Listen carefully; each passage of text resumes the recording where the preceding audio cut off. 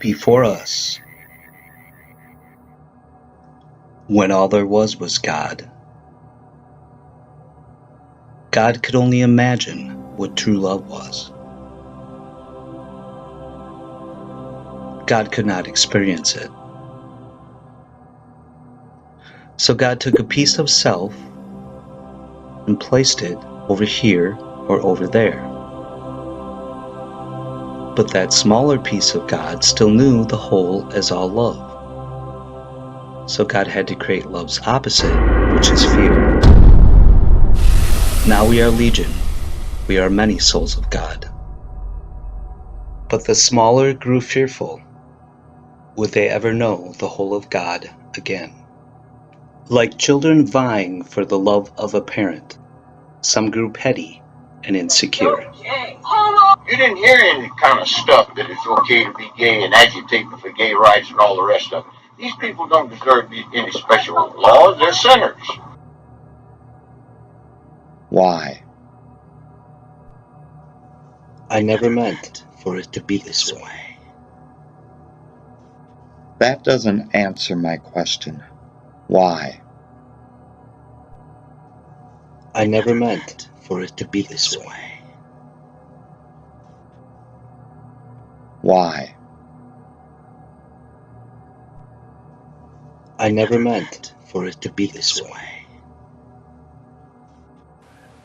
Wow, Mike, that scene with the tear of Christ coming down your face. Tell me, is this what inspired you to go on and change the culture at Northwest Airlines? No, I was pissed at God and Jesus for sitting back and doing nothing. That's right. You really weren't a holy roller at that time, were you? You were kind of a hellion.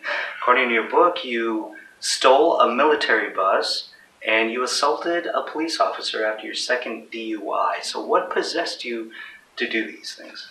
To see if God and I were one, and to see if I could take on the military and win this battle. What they were doing was not right, I felt.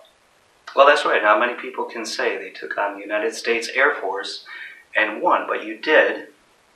So that kind of served a purpose. But tell me about this DUI incident where you assaulted an officer. I wanted to get home before the 2-for-1s kicked in. And it had snowed out, and going too fast around the corner and got stuck, and then a cop came and arrested me. For good reason, probably.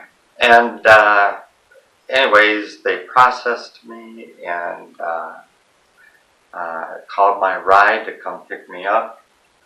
But they said first, before I can go home, they have to redo my fingerprints because the first ones didn't turn out. So I said, okay. By then, the 2-for-1s kicked in pretty good. And we did the left hand first, then the palm print. Did the right hand, then the palm print. And I looked at that palm print, and I said, all black with ink? All black with ink. I said, oh yeah. And I slapped the cop on the butt. Okay, what happens next? Well, I was down on the floor like that by 3 other officers looking up at the brown trousers and black handprint. Light tan trousers, black handprint. But that's what kept me sober all these years. How come? I humiliated a person in front of his co-workers. That's right, the rookie didn't have a change of trousers. He had to walk around with a black handprint on his butt the whole night. So, yeah, I'm just happy he didn't file assault charges on him. That was very nice of him, yes. He must have liked you too. So it was after this second DUI arrest that you went into rehab and you came out to your family. And part of staying sober was 12 steps where you have to address what it is that causes you to drink. And part of that was your work environment.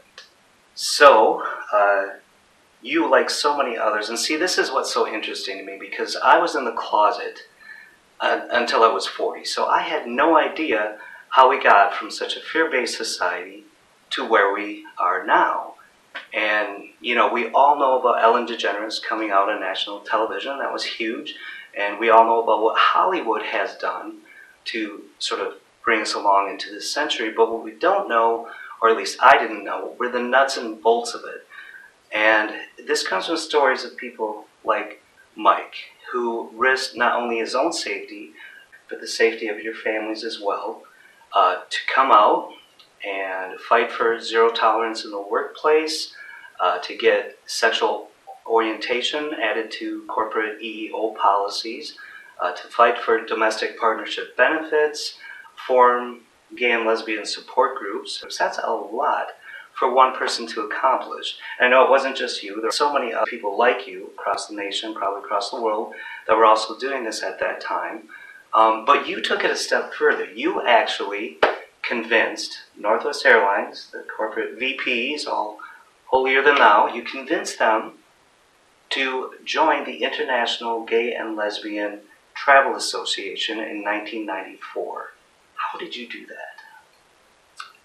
Yeah, that's a great story. You ought to buy a book and read about it. Good point. We don't want to give the whole story away. But what I would like to say, Mike, is thank you. Because we are always thanking members of the military for their service to our country. But it's never said enough. The thanking of people like you for your service to the gay community. So I would like to thank you, Mike. Well, thank you, Nick. It's an honor, and it's also a blessing to be gay. Yes.